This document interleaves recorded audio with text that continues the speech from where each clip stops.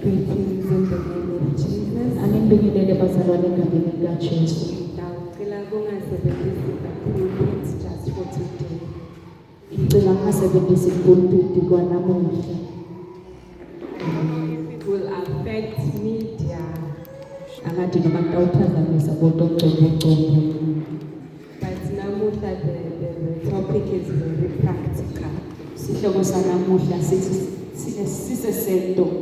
Before I go ahead, Ngingakachubeki kahle. I'd like to acknowledge the leadership of the house Ngicela ukubingelela i-leadership yamabandleni and Mother Bishop so much. Thank you namake Msini. for having me once again. Kumema kulena ndzawo futhi. I'll protocol observed. Ngibingelela nonke egameni likaJesu. Today my topic is practical techniques for everyday well-being. Sihloko sanamuhla sithi tento tayondlela yonke netingcobo imisebenza kwayo imihla nemalanga. Under mental health in action. Ngaphasi kwesihloko sesithi kwenta kwengcobo. So today we are taking action.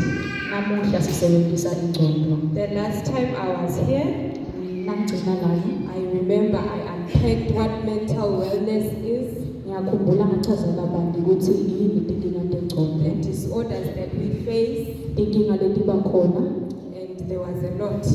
kwakukuningi. So today it's very practical.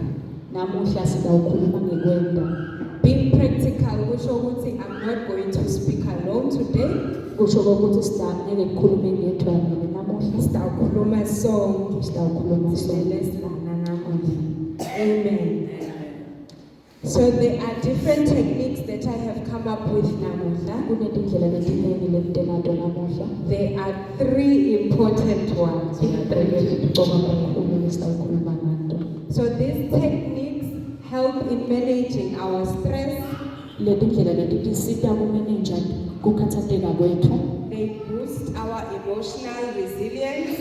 Kusiboosta noma kuyasiphakamisa emotionally. Hallelujah.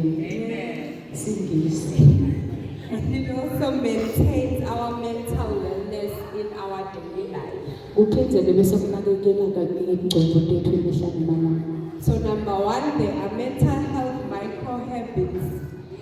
Kunetindlela letiningi letengcobo lesingatenda.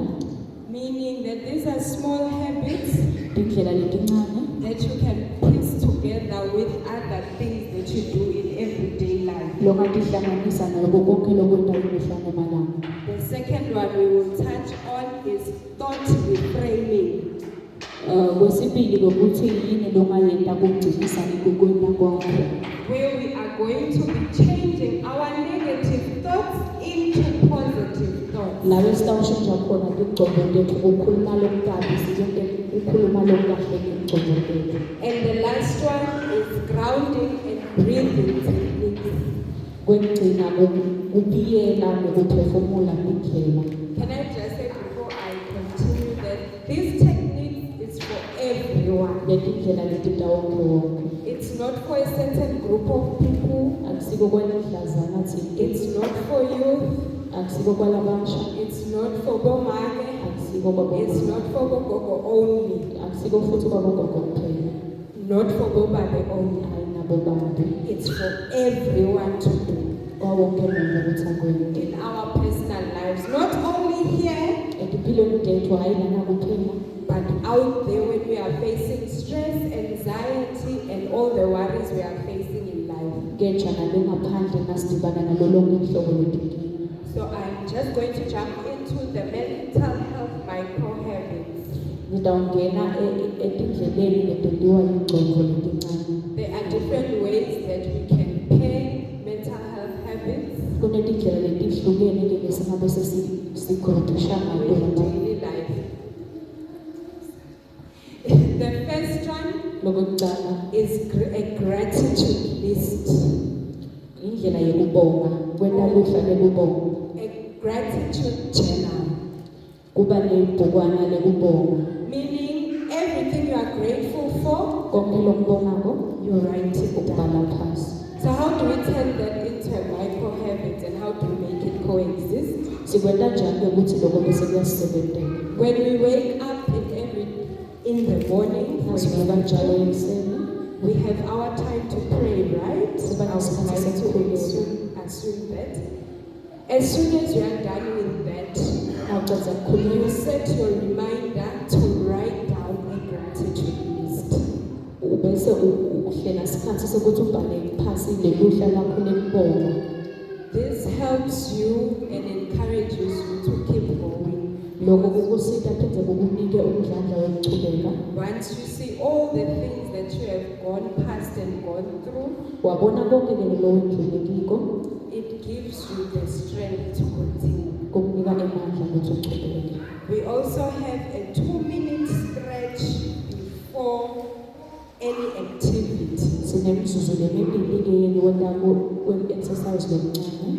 You can do this before you go to bed. Ungakwenda ungakayiyona, You can do this before you eat breakfast after you wake up. ungakwenda ungadla ekuseni, Why stretch?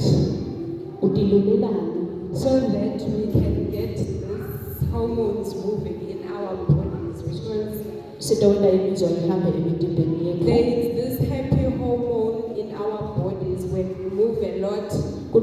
Kunemizwa yekujabula ekhatsi emtimbeni wethu masihamba-hamba. It is released and we become a bit lighter. Iyakhululeka ke bese siyaje khona kujabula. Then there is the no phone rule. Bese kuba nekuthi awuthinti nje tincingo. The no phone rule for the first or the last 15 minutes of your day. Imzuzu lelishumi nesihlanu wekuqala nemzuzu lelishumi nesihlanu wekugcina webusuku. Meaning either when I wake up, Noma ngivuka I don't touch my phone for the first 15 minutes. awulithinti icingo for imzuzu lelishumi nesihlanu.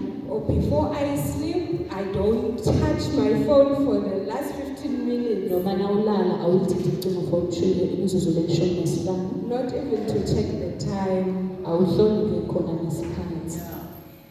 So this help us when we are consistent.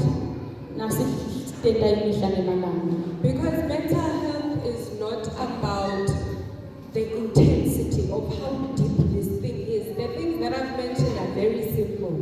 Ngoba kuphila kwengqondo akusiko kokuthi ufuna ujule kanganani, keja yinto lefuna sihlezi sitenda imihla nemalanga.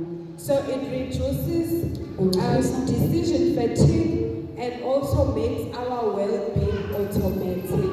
Kunciphisa stress noma kunciphisa lokuthuka noma lokwesaba loba nako nawuzama kwenta sinqumo thinte. There is also a mood check or a mental health check-in.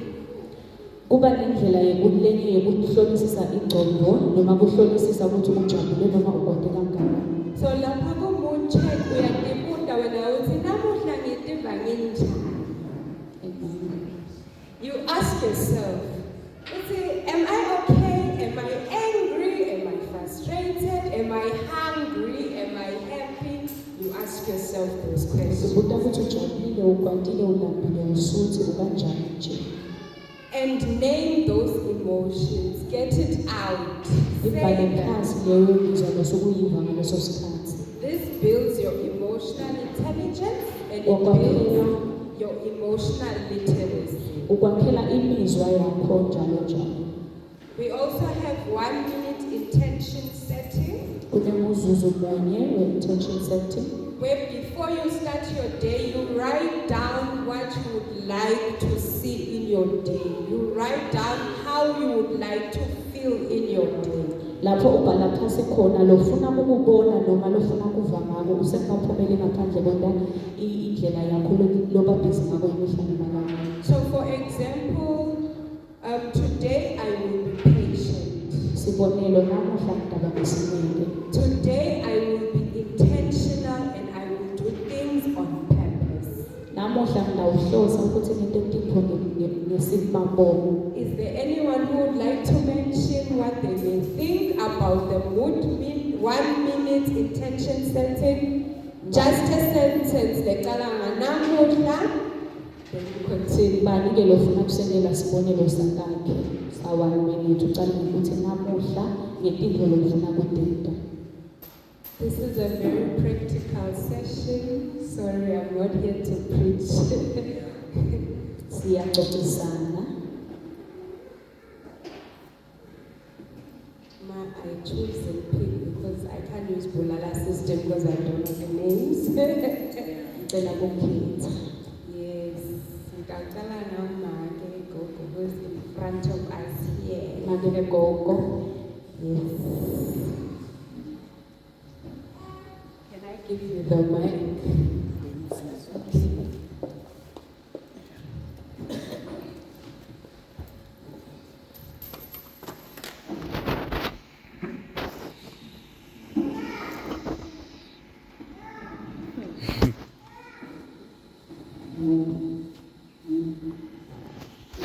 Ngithola babesebandleni. Yena Fonseca ngathi uthi ndawuqala ukuqala isini bana awuphezulu uhlale ukubola gogola 3 years. Okay, I was saying 1 minute intention setting. The example yami beyithi today I will be patient, meaning that before you start your day, you mention or you write down what you want it to look like, what you want yourself to feel like in that day. Yes. Awumnje la ngishajile ngivwele ngakwenza. Ngivwele ngathandaza. Ngathi mangithandazile ngathandaza vele ngajula ngathi yathela ukuthi ngithandazeni ngibika ukuthi izinkosi lo msanje lo ngiphe wona kwekuthi ngivule ngibonge kube sibusiso nje kakhulu ukuthi onke malanga wena ngendele umusa ngavuka akusihlanga abantu ukubusa kwami. Thank you. So what I'm hearing in there is you say, Lord, today I want it to be a blessing. So you want your days to be full of blessings. That's a very good thing. Thank you, Mother. We can sing I'm Shaila down. Thank you. Let's be free. Let's be free. Stawukhuluma sonke namuhla. Make lokhetha umphana le yes. You who are smiling. I-example yakho.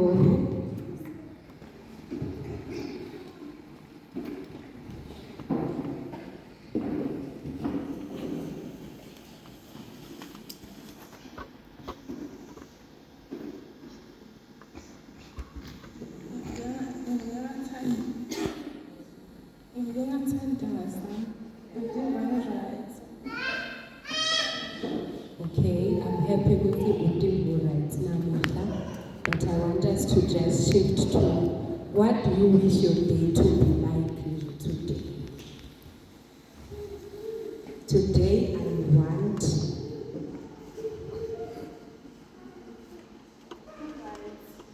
right.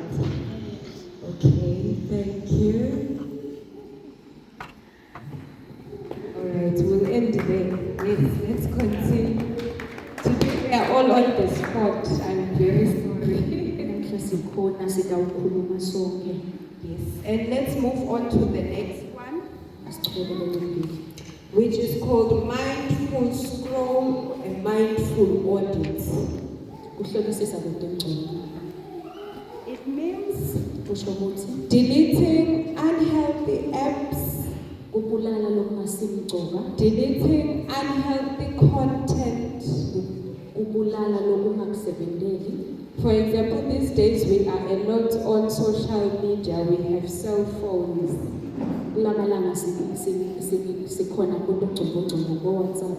So there's a lot that we are seeing that we do not need to take in. Kunento lesibonako lesingakameli ukuthi ngasiyabona sifake engcondweni. There's a lot that we are hearing that we do not need to take in. Lekungakameli sekufake engcondweni. Things that disturb us in our walk with Christ. Lokusithikamela ehambeni lethu noNkulunkulu. Things that disturb the way we think about other people. Lokuthikamela indlela lesicabanga ngayo ngabanye abantu. Things that disturb even the way we feel in ourselves. Nalokuthikamela indlela lesitiva ngayo. So we need to do an audit. Kudingake ukuthi sikuhlolisise konke. We need to carefully see the things that affect us and remove them. Kumele siqophelelise lesibuke lokho lokusimatako emoyeni bese siyakukhipha. There's also a mental decluttering kukhona futhi i-mental declutter. When you write down 3 things on your mind before starting an activity. La ubhala khona phasi itifo letintathu ngengcobo yakho ungaqali lento omele ukwenze. So these 3 things will be things that are maybe worrying you, Ingaba itifo letikukhathatako or maybe things that you may be, that may cause you to feel a certain feeling. lokutawukwenta futhi utivele umoya uphansi. I will make an example. Dawulela sibonelo. I was coming on here, right, Ngita enkonzweni to speak to many people that I do not know, ngiyokhuluma phambi kwabantu lengingabazi and I'm not used to. lengingakabadala. So it may happen that I could have gotten negative thoughts. Kunakwenteka bengaba nemicondolo omunye It does happen. kuyenteka. So I would have said, Ngakho-ke bengitawuthi or I would have written down bengitawubhala futhi 3 things to declutter, to get rid out of my mind. lekungakikhipha engcondweni yami. For example, 1, I feel shy today. Bengitawuthi ngitivela ngiloncinibele namuhla. I am afraid to stand before people that I have never seen before. Ngiyesaba kuma phambi kwabantu lengingakabe ngababona. And also, I am wearing pants today when I should have worn a skirt or a Ngigcoke dress. ibhuluko kanti bekuyele ngabe ngivale isiketi noma ingubo. That one I was very afraid of. Lokho bekuyakhathaza kakhulu. So that's just my mental declutter. And what you do is you just put those thoughts away and you put them aside by writing them down. Leto tintfo-ke lebe tingangikhathaza noma lebe tingangivimba ukuthi ngiteke ngendzawo lengikwentile ngivele ngakuthatha ngakukhipha engcondweni yami lokunye longakwenta ukuthi ukubhale phasi. The last one on the mental health micro habits is Ngokugcina sleep hygiene. indlela lehlobile yokulala. It is very important to rest Kumthuka kakhulu ukuphumula for your mind, ukuze ingqondo yakho, for your body. ukuze umtimba wakho It's very important for you to rest. umcoba ukuthi ukhone ukuphumula. It is also important to get rid of the phone before you fall asleep. Umcoba futhi kuyehlisa ucingo odudane nawe ungalali. It's called a digital sunset. Ubitwa ngabongcongcongco ngekushona kwengcongcongco. Yes. Amen. This one is different from the other one that I mentioned, Kuhlukile ke lokho because here you turn off every screen time, TV, phone, laptop, everything, even sounds as well. You turn off radio, you turn off your cassette, you turn off DVD, everything. kuloko kwena sesithi abongcongcongco ngekushona kwelanga ucima konke lokho ngakuthingabeka kungaba i-TV, kungaba i-wireless, kungaba necingo, kungaba ngumsindo nokugalako. So you do this 30 minutes before you want to sleep. Wenda 30 minutes ungafuni kulala. And I'm sure we're all wondering, okay, so what will I do in that 30 minutes? Ngiyacabanga nonke ngiyacabanga ukuthi ngabe ngingentani kuleyo 30 minutes. You can take that time for your prayer time. Ungathatha leso sikhathi leso ukuthandaze, You can take that time to read the word. ufundzele iBhayibheli, You can take that time to plan for your next day. ubhale luhla lolongwenda ngakusasa. You can take that time to even do one of the activities that I have mentioned here under the mental health micro habits. Ungaphinde uthathe leso sikhathi leso kubhala konke nakulese ngikhulume ngako lokhu nakusita kugcina ingqondo yakho ihlambekile. Amen. Amen. So we will continue, but before that, can we stand? Sicela sisukume Yebo, we just want to lift our arms up to the left. Yeah, left. And then to the right. We are stretching. Stretch to the right. Okay, we can put our arms down and we want to shake our shoulders. Shake, shake, shake. Yes, shake, shake, shake. Then we can sit down. has that just done to us?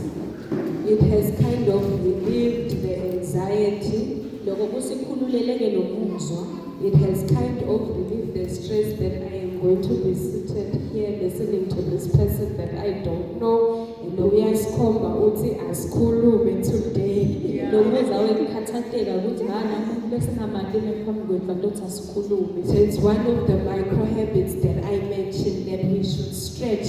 I saw some of us are smiling, which is a good thing. That's what it's for. Loko sukuma ke sendililalule ngokuthi ukhiphe lokwesaba lokukhathazeka lokudzinwa ngibonela abanyekeze kahle kahle lokho kukahle ukuthi sikwende. We'll move on to the second, which is thought reframing. Siqhubekela lokunye lokuthi umkhawulo wekucabanga. So here we are taking negative thoughts and turning them into positive thoughts. Lana bese imizwa lekabi siyenda eba ingqondo noma imicabango lekahle. Negative thoughts are a natural response to fear, to anxiety, to stress, to worry. It's something that's there. There's nothing wrong with you.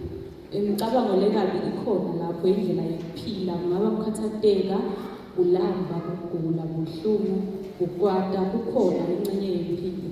It's just we cannot let negative thoughts run our lives. Ngeke bese sithatha konke lokho kukhathazeka lokho bese kuyasiphatha nampilo. So we are going to learn how to change them into positive thoughts when we find ourselves in those situations. Sizofunza ukuthi sikushintsha kanjani lokho ukuthi kusisebentele kahle. Because at times it does happen that we just go negative all the way. Yendeka ngalesi sikhathi ucabange nje lokubi lokukhathazayo enhlizweni yakho nasezweni. So there are three things that we do to a thought. Uthathu ke lesibonalo. We catch it, Siyambamba, we check it, siyahlola and then we change it. bese siyagucula. Can we say catch it, Siyambamba, check it, siyahlola and change it? bese siyagucula. Right. So I will give examples today, and we are going to share our own example. Nawusho sami sibonelo bese nami ngisho sena. Because our thoughts, normally what they do is they shape our emotions. Ngoba imicabango yethu iyasigucula ibe indlela siva ngayo ngaleso sikhathi. Reframing helps us challenge cognitive distortions. Nkosi yami kuyasenda kube indlela leniyo yokucabanga cognitive. Over time, it helps build mental flexibility and reduces the grip of anxiety and of stress and of worry. Esikhathini lesiningi bese kuyakwenda uyakhona uba umuntu lokhona uswitcha emicabangweni yakho. Ngabe kukhathazeka nebuhlungu lobambela enhlizweni. It helps us to have realistic optimism. Kusisita ukuthi sibe nendlela leniyo yokucabanga. Amen. Amen. So I'll make an example. Sibonelo. A few examples. I hope siyalandzela. Amen. Amen. Catch it. This is the phrase. I always fail. Ukubamba nokuthi uhleze ngihluleka. So you check it. Is this true? Bese uyahlola ngabe kuliqiniso yini. Is this what always happens? Am I always failing when I have a task or when I have to do something? Ngabe vele ngisehlulekile nakhona lekubona nakhona ngikwenda ngihluleke. And most of the time it is not true. Isikhathini lesiningi akusiso siqiniso. So now I am going to change that thought. Nyalo bese ngiyagucula lo mcabango lowo. I have had challenges, Ngibe nakho ingcinamba, but I have learned a lot. kepha ngifundile lokuningi. I am better prepared now. Sengidilungiselele kangcono nyalo. Have you caught it? Ngikuvile Okay.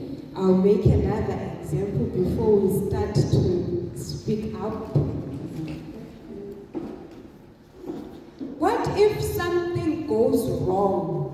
Ngabe nakungaba khona lokukabi lokwendekako. We always think that especially when we are trying something new, Sihlezi sicabanga ngomcabango lonjalo nabe kukhona nokusha lekumele sikwenze. What if it goes wrong? What if it doesn't work out? Ngabe nangabe kuhamba ngangahamba kabi ke noma kumasuke kunengeke. How true is that? Kuliqiniso kanganani lokho? So we are now checking it. Sesiyahlola nina. Do I know the future? Ngiyalazi ikusasa, Do I know what will happen? ngiyazi lokudawundela. That is not a fact, and there's no reason to wonder what if it goes wrong. Akukho ke emcondweni ukuthi ungaphele wena kucabanga ngelikusasa ube ungalazi. So let's change it.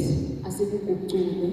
I have handled tough situations before. Ngidibane netimo letinkulu ngakhona kutincoba.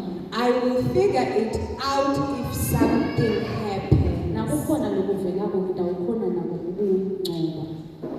That way you are able to face whatever is coming with a clear and positive Ngaleyo mindset. ndlela uyakhona ke ukuthi nawudibana netimo kukhona ukuhamba into utincobe. So now we are going to speak on what we have heard and what we think about thought reframing, Ngiyalo ke sisitawusho ke futhi bonke. because we are all human and we go through this. Ngoba sisuku ngamunye lana siyadibana nato tonke letinkinga leti.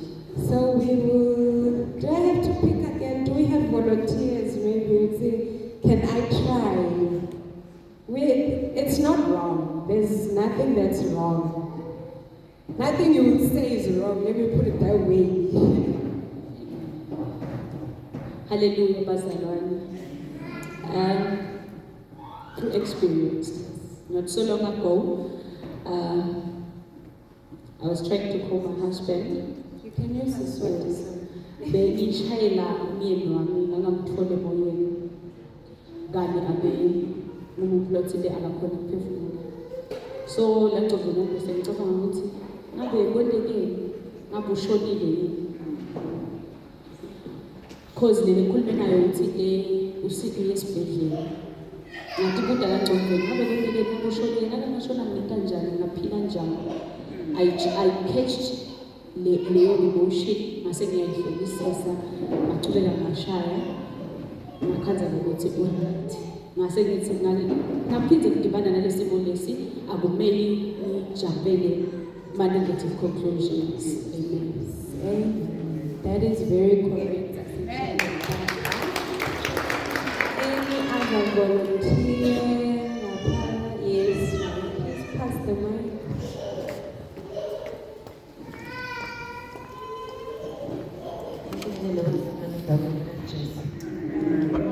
My experience at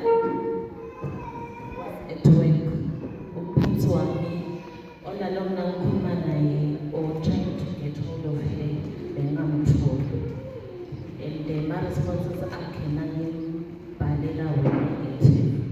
So i-mindset yami yaqala yashintsha ngaba negative ukuthi khona lekumele ngaphenika. Ngaqala ke le mindset yami yaba negative. So ngakhetha lokuthi kusho ukuthi kukhona lokabi, and only to find ngathi uyangitshela ukuthi let's go to the office.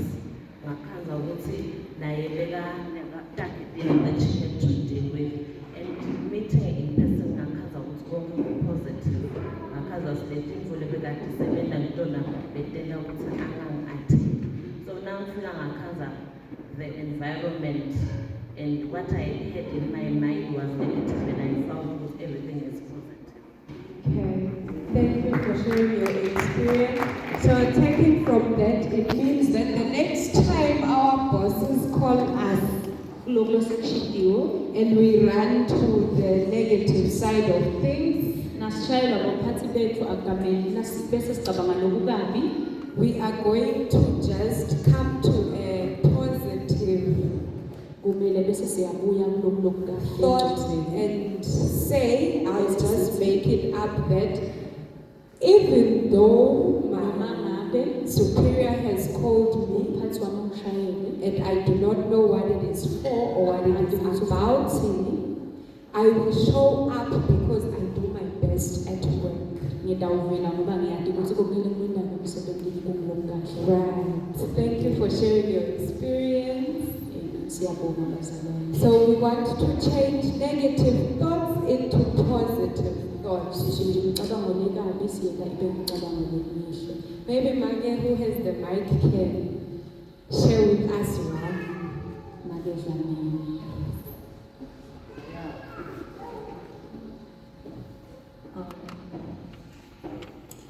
Kufanele ngihambe ngale bhasi ngiye kaHlatsi. kaHlatsi ngiyati ukuthi kunemakhona lakamabi. But kufanele ngihambe ngile eMgcwabeni. Ngizokwenda njani le bhasi lemakhona lamabhili. Ngafa ngishiye kuphi nokucingo wami sekwakhile. But ngitawuhamba ngifike le eMgcwabeni. Ngalokho ukuthi le bhasi ihlale ihamba ingamtholi lama accidents. Ndawuhamba ngiyakhona ndawuhamba phenze ngibuye ngiqhubeke nedingo lasengibuyele ekhaya. Thank you, that's a good one. Thank you very much. May we have one of the girls there at the back? I don't know, girls for Mage there at the back. One or two.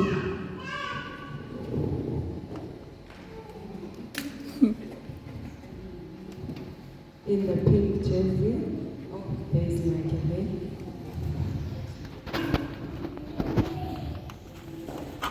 Angiyibingile lebazalwane Jesu.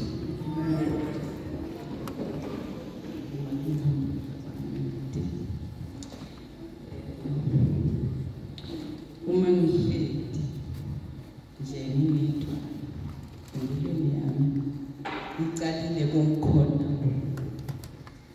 kuba nezinto letifika tiyazama ukungipheshisa because ngisuke ngathi ukuthi umholi wethu asakhulumile athi sihlezi sihlale sithandaza amadoda omkhathi kuba netimo lakhona uva ngazuthi nalifika letimo mhlawumbe sokubona lelo letimo bese sisoyaphesha uNkulunkulu awusathandazi kuphinde kube netimo letifikako la uva ngazuthi khona ungabuyela emthandazweni uphunjuphi umholi wethu asangikho kokucala lokufikako enhlitweni ngeke kufike ukuthi angicale ngikhulekele umholi uNkulunkulu angiphe ingcondo lehlakaniphile ngikhulekele lo mholi lo manami isikhathi sonke emele timo libhekana nalo so ngiyive ngazuthi nasetifika letinye timo atifanani kufika letinye timo lakhona uve ngazuthi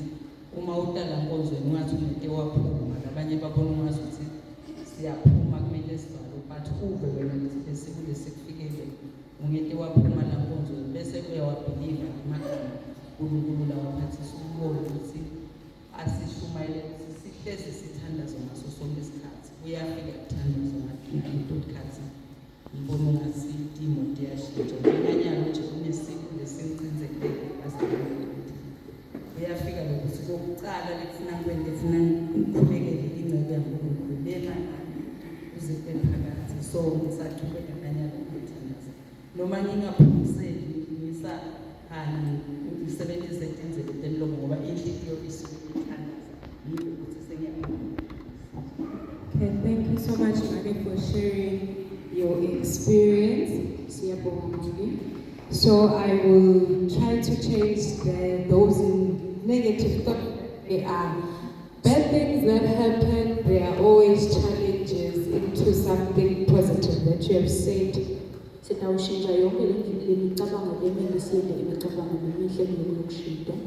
So the change inside of things is that even though I am facing challenges, I am going through the fire, Sitawugucula ngokuthi noma ngabe kuthiwa ngidibana nenkinga, I will pray about it sitawukhuleka ngakho because my God has never failed me. ngoba uNkulunkulu wami angihluleli kasangihluleli. So we have changed the negativity into there's a lot of challenges I am facing. Seshintshile lokucabanga lokubi. There are a lot of things that then will worry you there, and so we have checked it and we have turned it into something positive that even though I'm going through this fire, Lokusho ukuthi konke lemdibana nako lokubi as soon as I pray, La ngingathandaza I know that God will make a way. ngiyazi ukuthi uNkulunkulu utamvulela indlela. And you hold on to that Bese uyabambelela kulawo magama. because that is the truth and that is your truth. Ngoba lelo liqiniso futhi kutakwendeka. Amen. Amen. So let us continue so we don't dwell on this much. I hope we have learned much about thought reframing. Asiqhubekeni bazalwane ngithemba ukuthi bese nikutholile. We are going to talk about grounding and breath work. Sidawukhuluma ngekubiyela imiphefumulo. So when I say breathe, Nangithi imiphefumulo, everyone will be like, but I'm already breathing. labanye batathi Mose siyaphefumula ke. What breathing are you talking about? Ukhuluma ngakuphi imiphefumulo? Have we ever wondered why even when a woman is giving birth, they say, breathe, breathe? Sike sacabanga yini ukuthi bashona ngokuthi umuntu wesifazane nakabelela phefumula phefumula. Because breathing helps the body. Ngoba ukuphefumula kuseta umtimba, It is like a reset button. kunjena ibhathini loyicafatako kubuyisa kahle info esimeni. Haleluya. Breathing reduces cortisol and it calms down the mind. Cortisol is like a hormone we have in the body. Ukuphefumula kunciphisa lomunye umizwa emtimbeni. So Bese today ukhalma the body. Haleluya. we are going to breathe. Namuhla sizawuphefumula. Really breathe. Siphefumulisise. So I hope we have no lung infections, we don't have TB, our lungs are okay. But Ngithemba if you feel singabaphilile. any pain in your chest, you don't have to take part in this exercise. Nakubuhlungu lobukhona ngicela ungangeni kule exercise lesiyendako. So I would like someone as a volunteer who I will use, Ngicela munye lesitawukhona kusebenzisana naye. who is a good listener, and Lokhona who ngokulalela I think Budi can do that. sakhile. You can come up front, you don't need to talk, you need to act. Yes. So I'm going to tell you how to breathe. I'll teach you how to breathe. So you are showing everyone Lapho nikhombisa wonke umuntu. so that we do it together. Khona silokhona ukwenza kanye nawe. So you will inhale, right? Phonsa umoya. 4 seconds. Wait, we haven't started. I'm still giving the instruction. Sorry. You will inhale 4 seconds Phonsa umoya imzuzu lemfu. and then you hold 4 seconds. Bese uyabamba futhi ka4 Then you seconds. exhale 4 seconds. Ukhiphe futhi 4 seconds. Then you hold 4 seconds. Bese uyabamba futhi 4 seconds. So what I mean by 4 seconds is you are counting, as you are inhaling, you are counting the 1, 2, 3, 4. Then you hold. Phonsa umoya 1, 2, ubamba 3, 1 4. 2 3 4 uyabamba. As you breathe, it's not a rush. You do it just bit by bit. So let's go. I will try to do it with you. It's just that I also have to instruct. So we are going to breathe in 4 seconds. Let's go. Phonsa umoya. Hold. Bamba. Exhale. 1, 2, 3, 4. Hold. And then let go. Amen. Did you see it from Sibone kahle. Okay, so I think you can show us again the last try and then we will all breathe. Amen. Let's inhale. I'm counting. Inhale. 1, 2, 3, 4. Hold. 1, 2, 3, 4. Exhale. 1, 2, 3, 4. Then hold. Okay. So I will try to do it with sign language Ndawuzama ukwenda so that I can also take part. You'd like to sit down?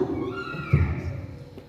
So we will do what he was doing. sidawenda lebekakwenda I will also do it. nami ngidawukwenda. But This will be inhale. taba kudonsa umoya, This is hold.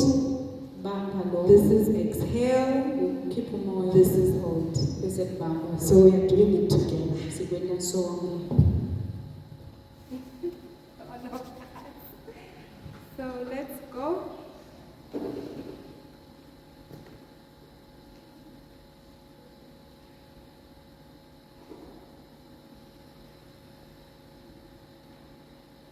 One last time.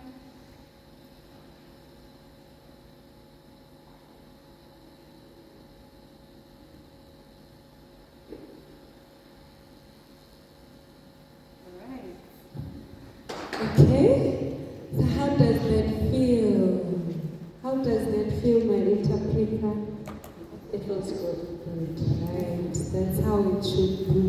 It's supposed to relieve you of everything and calm your mind down. So normally do that 3 times Lokho kumele uphinde kathathu so that it is effective. ukuze kutoba nale ma-results langiwo. And then we have grounding, the grounding part of things. Kubiyela-ke It's 5, 4, 3, 2, 1.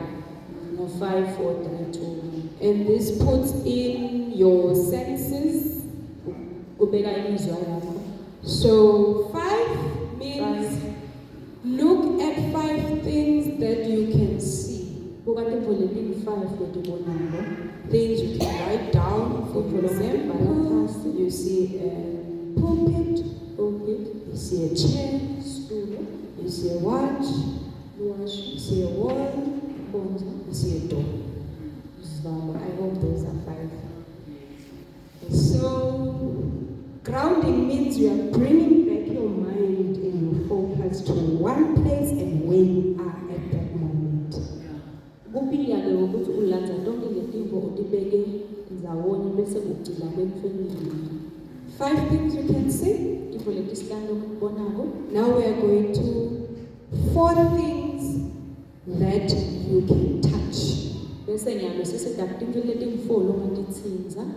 You can touch your skin, Ungatsinza sikhumba sakho, you can touch your hair, ungatsinza inhloko, you can touch the chair in front of you, ungatsinza situlo, you can touch your phone. ungatsinza nelitulo lakho. It doesn't have to be these things as long as you are touching 4 things. Akunendzaba ukuthi kuyini, esincede nje nato khona kumtsinza. If you're outside, you know it's a Saturday, you're outside, La ungaphandle, you can touch a stone, ungatsinza litshe, you can touch a leaf from the tree, ungatsinza licembe, you can touch the sand, ungatsinza umhlaba, you can even touch a child or hold a child's hand. ungatsinza noma ubambe umntwana. These are just examples. Ibonela. And then 3 Bese 3 things that you can taste. wephini noma You can taste the sweet, it's in your bag, and that's what you have at the moment. You can taste the fruit, unganambitha isithelo, you can have some water. unganambitha futhi amanti. 3 things that are available there in that moment. Tintfo letikhona ngaleso sikhatsi eduze nawe. 2, you can smell 2 things. Tintfo letimbili longakhona kutiva ngemakhaya. You can smell mud. Today was raining. I don't know if I'm the weird one, but you can smell mud. Ungakwelidzaka ngoba namhla belina, You can smell a flower. ungakuva kulunga kwembali. 2 things. Tintfo letimbili. If you're at home, you can smell your tea. You can smell coffee. Ungakuva kulunga kwelitiya noma kwelikhofi. You can smell a fire, Ungakuva kulunga kwemlilo. depending on where you cook or if there's a fire outside. Shiyana nokuthi uphekaphi noma kunomlilo ngaphandle. But what is here and what you have access to. Nokuthi utane nalongafinyelela kwekho. And then the last one Kwekugcina, is one thing you can hear. kunye longakhona kukuva ngetindlela. If you stay next to the roadside, you can hear cars. Nawuhlala tfute nemigwaco ngeva timoto. If there are children at home, you can hear children playing outside. Ngeva bantfwana badlala ngaphandle. You can hear the TV. Ngeva i-TV. You can hear your gospel music playing. Ungeva tingoma takho tetenkholo. Those are the grounding techniques. Leto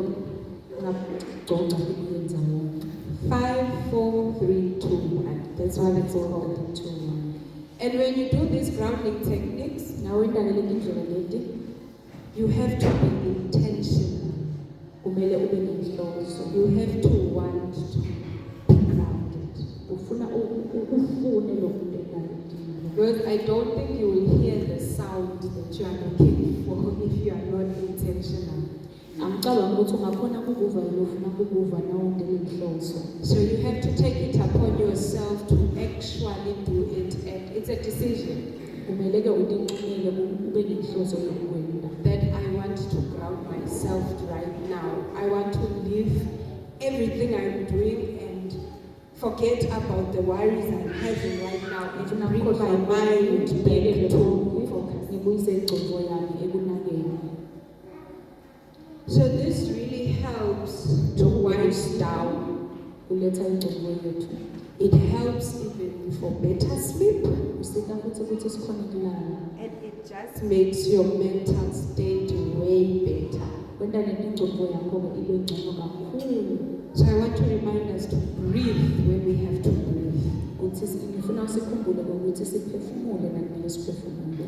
Ground ourselves when we have to ground ourselves. Sikibiye sihlale ndawonye sifocus.